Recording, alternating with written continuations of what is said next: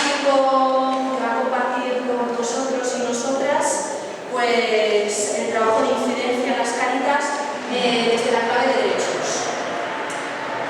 Una experiencia que está trabajando Cáritas Diocesana de Salamanca. Entonces creo que nos puede aportar muchas pistas y además como seguimos esta línea mucho tiempo pues creo que nos puede dar muchísima luz y quieras compartir. Y muchas gracias. Damos un fuerte aplauso a Nudena.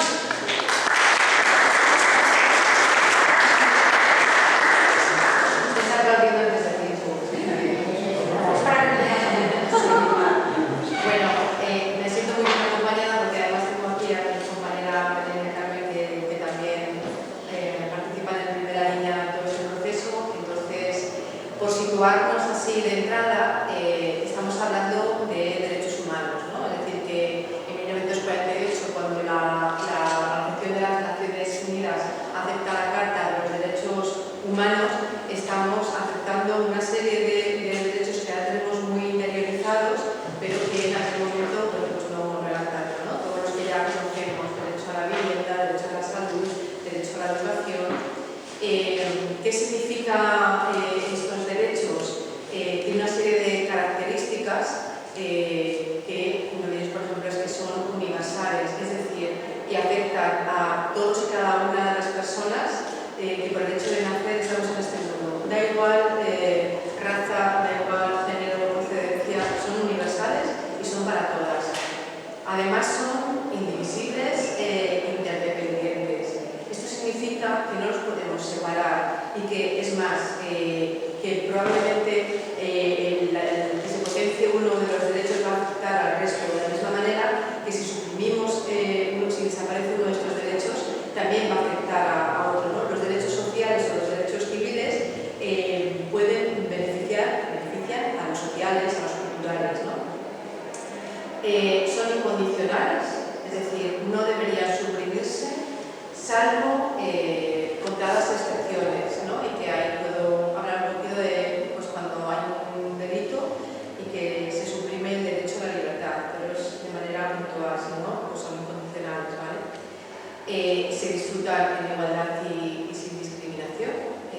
Bueno, pues eso, la ausencia de discriminación, establecida en el artículo 2, es la garantía de esta igualdad. A veces decimos, bueno, es que a veces en Cáritas parece que es que vamos como modas. No es ninguna moda esta mirada de los derechos, como no es ninguna moda, por ejemplo, la participación. En la doctrina social de la Iglesia, yo leo literalmente, como las fotos porque si no lo leo, en el número 54 dice que los derechos del hombre exigen ser tutelados, no solo singularmente, sino en su conjunto. Una protección parcial de ellos equivaldría a una especie de falta de reconocimiento. Estos derechos corresponden a las exigencias de la dignidad humana y comparten, en primer lugar, la satisfacción de las necesidades esenciales, materiales y espirituales de la persona. También aparece en nuestro ADN de Cáritas, ¿no? En el marco del modelo de acción social, cuando hablamos de que la persona está en el centro, cuando hablamos del amor a la persona y su dignidad como motor de nuestra acción. Hablar desde los derechos humanos es reconocer la historia del otro, ¿no? Y de la otra. Y ha de responder y ajustarse esta mirada a los derechos humanos. ¿Qué es lo que pasa? Seguro que si nos ponemos a pensar en nuestra intervención, muchas veces, ¿qué es lo que nos pasa en el día a día en nuestra intervención? Que muchas veces lo que hacemos es dar respuesta desde las necesidades, ¿no? ¿Qué nos encontramos? Personas que necesitan una ayuda para de alimentación, tema de vivienda, pero sí, esa necesidad hay que darles respuesta. Pero ir más allá supone fijarnos en ese derecho que se vulnera. Es decir, cuando estoy dando una ayuda a la alimentación, una ayuda a la vivienda, lo que se está vulnerando es el derecho a la vivienda, el derecho a la alimentación, el derecho a la salud, ¿no?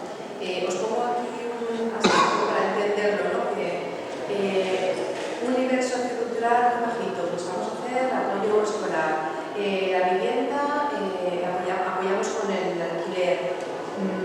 ¿Cuáles son los derechos que se están vulnerando ahí?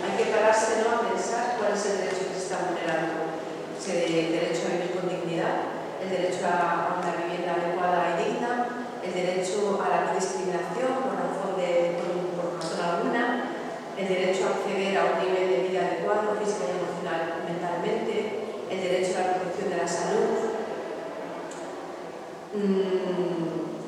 Vale. ¿Por qué es importante pararnos en esto? Porque si no lo contamos, es como que no existe, ¿no? No damos ese paso. Nosotros en Cáritas lo que estamos haciendo es dotarnos de diferentes herramientas, seguro que muchos de vosotros y de vuestras Cáritas también, que pasan por diferentes actuaciones. Una de ellas es incorporar en el plan estratégico esa mirada de derechos, ¿no? en nuestra intervención. Y os voy a dar también todo lo que hemos recogido en el tercer eje de nuestro plan, que recoge como objetivo general promover, favorecer el incremento de una ciudadanía comprometida con el cambio social, la defensa de los derechos humanos, el respeto y cuidado del medio ambiente para provocar una transformación social orientada a la construcción de una sociedad realmente inclusiva, que promueva el desarrollo de cada persona y de todas las personas. Vale, ¿cómo hacemos esto? Pues bueno, una de las herramientas que tenemos son las antenas, que llamamos las antenas. Nosotros en Cáritas nos organizamos en 4 áreas: el área de desarrollo institucional, el área de inserción laboral, el de inclusión social y el de animación comunitaria. Una persona representante de cada área forma lo que son las antenas, ¿vale? Entonces, ¿por qué se crean las antenas más allá de los equipos? Porque en los equipos vemos derechos que se vulneran todos los días, pero no tenemos la capacidad de verlo en global, ¿no? Y entonces, cuando en el área nos reunimos y diferentes equipos dicen se está vulnerando el derecho, por ejemplo, que tienen los niños a tener libros. Oye, pues aquí también está pasando, aquí también está pasando, y de repente nos damos cuenta que no es un hecho puntual y que con una ayuda puntual a esta familia con los libros no estamos solucionando, no estamos viendo esa vulneración de derechos. Y cuando lo ponemos en común, sí que se pone de manifiesto que no es un hecho puntual, ¿no? Que es algo que, bueno, pues que atenta a los derechos. Dificultades que podemos tener aquí, pues a veces que vamos corriendo con las prisas, que damos respuesta a la urgencia, a lo inmediato, a la necesidad, y no tenemos tiempo para pararnos. También nos pasa que queremos la respuesta inmediata, es decir, es que esto ¿qué vamos a hacer nosotros, ¿no? Si estamos hablando de que se está vulnerando un derecho, por ejemplo, a la renta garantizada, o antes en la otra sala hablábamos de las personas que cuando son extranjeras y llevan en España 3 meses se pueden empadronar y tienen derecho a la atención sanitaria y se está vulnerando, ¿no? Entonces, bueno, algunos de los ejemplos que nosotros hemos detectado y que hemos ido trabajando a lo largo del tiempo, os voy a poner algún ejemplo, pues el tema de la renta garantizada de ciudadanía, ¿no? Si veis en el esquema, las primeras... Uy, yo no estoy al revés, ¿estáis bien? Sí, yo sí. Está al revés, bueno, no pasa nada. Bueno, a nivel de Salamanca y luego a nivel de Castilla y León, fuimos viendo incidencias desde el 2011. Primero porque tardaban mucho en concederlas, después porque apareció el ingreso mínimo vital y eran incompatibles, también se hicieron propuestas para que fueran compatibles, después porque no podían solicitar la renta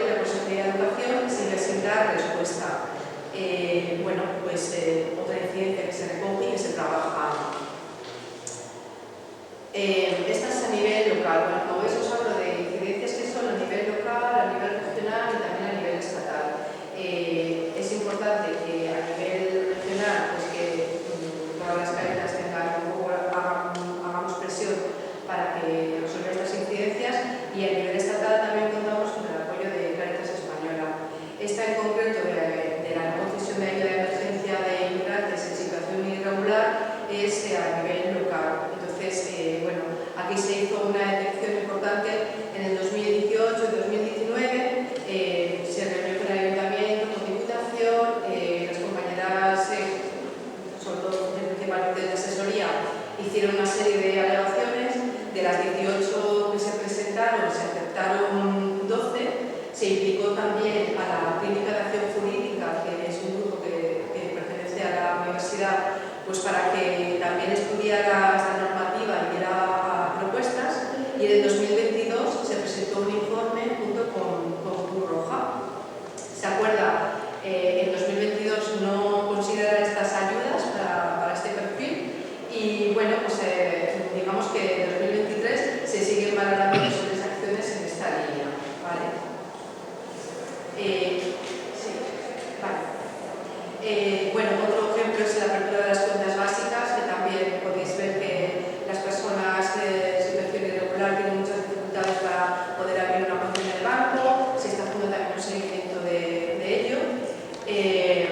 Me voy a pasar así un poquito rápido.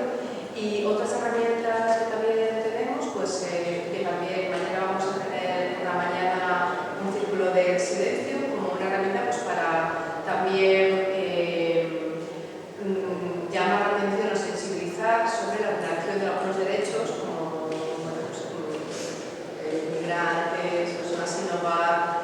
Otra herramienta también de incidencia y sensibilización son todas las campañas que hacemos desde Cáritas, que también muchas de las necesidades se suman, ¿no? Campañas de personas sin hogar, la operación vivienda. Y luego también en Salamanca hemos participado en las propuestas políticas. Sabéis que Cáritas Española siempre se pidió participación para las propuestas políticas a nivel nacional, pero también en Salamanca se hizo a nivel local cuando las elecciones municipales. ¿Vale? Esas propuestas las hicimos tanto técnicos como participantes, como voluntariado. Vale. Y ya está. Sí. Vale. Bueno. Sí.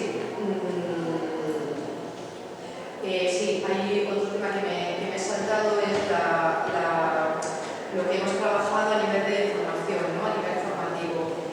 Hasta antes de la pandemia veníamos cogiendo muchas incidencias que a través de las representantes de las áreas llevaban al grupo de antenas, pero después de pandemia, precisamente un poco, yo creo que por dar respuesta a tantas necesidades que surgieron después de pandemia, entonces no recibíamos todas las incidencias o no llegaban, ¿no?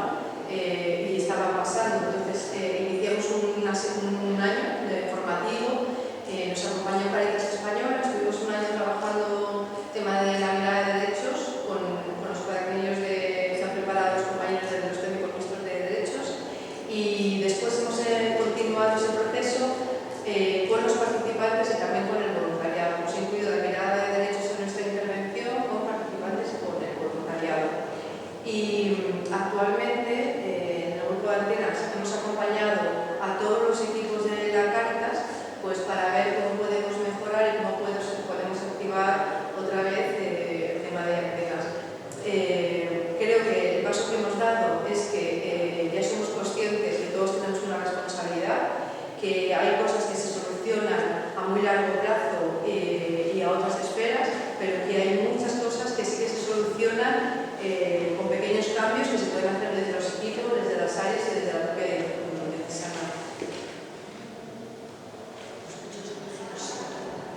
Pues le damos un aplauso.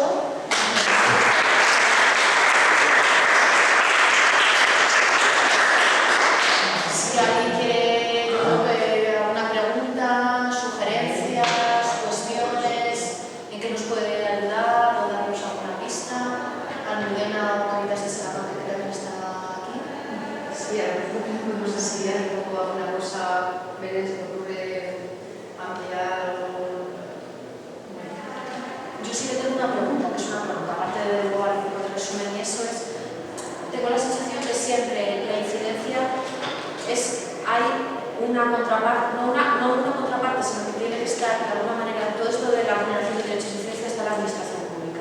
Siempre es hacia la administración pública, si es becas la administración pública, es decir, siempre es como esa relación con la administración pública que siempre nos comunica un poco como es otro. Entonces, cómo poder trabajar con la administración pública, de hacer una incidencia, pero también colaborar.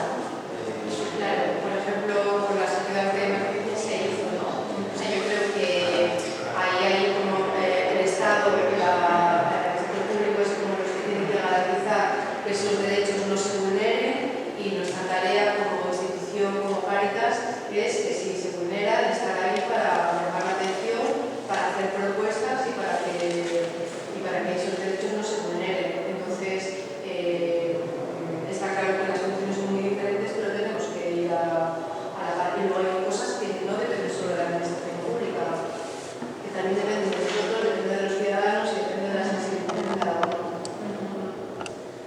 ¿Alguien quiere preguntarle algo a Lorena? Yo no sé si estoy confundida o no. Esto que has estado diciendo, la mayoría de recursos está para las personas, hablando de lo de los niños y eso, que no trabajan el pasaporte y tal. ¿No está dirigido para todos? Porque parece que solo va dirigido a migrantes. No, he puesto ejemplos de vulneraciones. Sí, había puesto el ejemplo de que en un momento determinado detectamos esta vulneración, ¿no? Esta incidencia, y es que el derecho a los libros y en los niños no llegaba. Pero la renta garantizada, por ejemplo, pues es para personas sin hogar o personas que, bueno, que están pasando procesos complicados, que no tienen ingresos económicos. ¿Cuál más hemos puesto? El tema de los bancos también son para adultos que están de manera irregular. Afecta un poco a todos. Sí, gracias.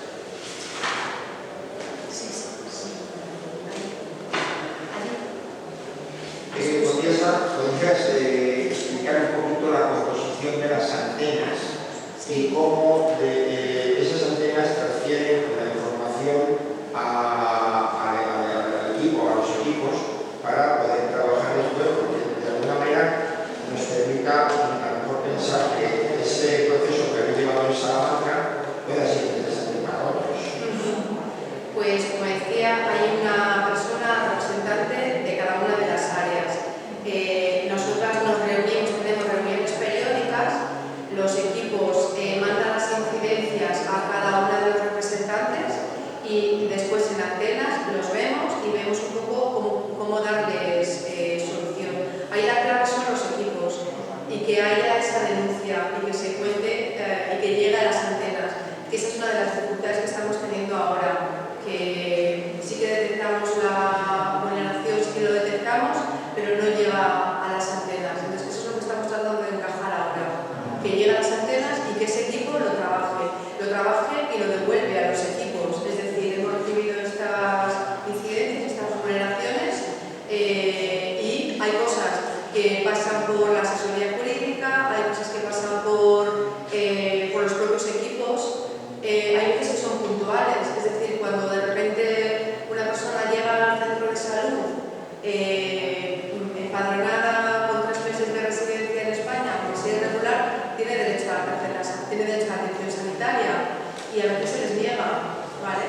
Entonces, a veces depende de que una trabajadora social que está en ese centro de salud no ha entendido bien algo. Entonces, a veces con cosas puntuales se puede solucionar. ¿Tenéis algún problema cuando hay que hacer algún tipo de denuncia de esos derechos que las propias familias no quieran que sean identificados? O sea, a la hora de alguna tramitación o alguna vulnerabilidad que existe en renta garantizada, la propia familia que diga, pero yo que no salga mi nombre, que no sea mi nombre, ¿cómo manejar esas situaciones? Claro, es que cuando es una necesidad de una familia tiene nombre y apellidos, pero cuando estamos viendo que se vulnera en muchas familias, eso se hace a nivel general. Claro, pero si es una cosa concreta, que sabes que se está vulnerando y que no, la familia no quiere salir, sí que la empresa igualmente Claro, ya depende de la situación concreta, pero eso se puede acompañar a las familias, ¿no? Y ver por qué tiene ese miedo y ver qué es lo que está pasando y luego ya cada caso individual. Sí, pero eso las compañeras de animación lo hacen fenomenal, acompañando a las familias. Y lo importante es que no se valore solo el hecho de estar vulnerado, sino que las familias se vean acogidas y se vean acompañadas. Sí, y luego es muy importante que las personas tomen conciencia de que ese derecho se está vulnerando, porque muchas veces, primero, no son conscientes, segundo, tienen miedo a denunciar, tienen miedo a entrar en ese proceso de, ¿no? Y sí que se necesita, pues,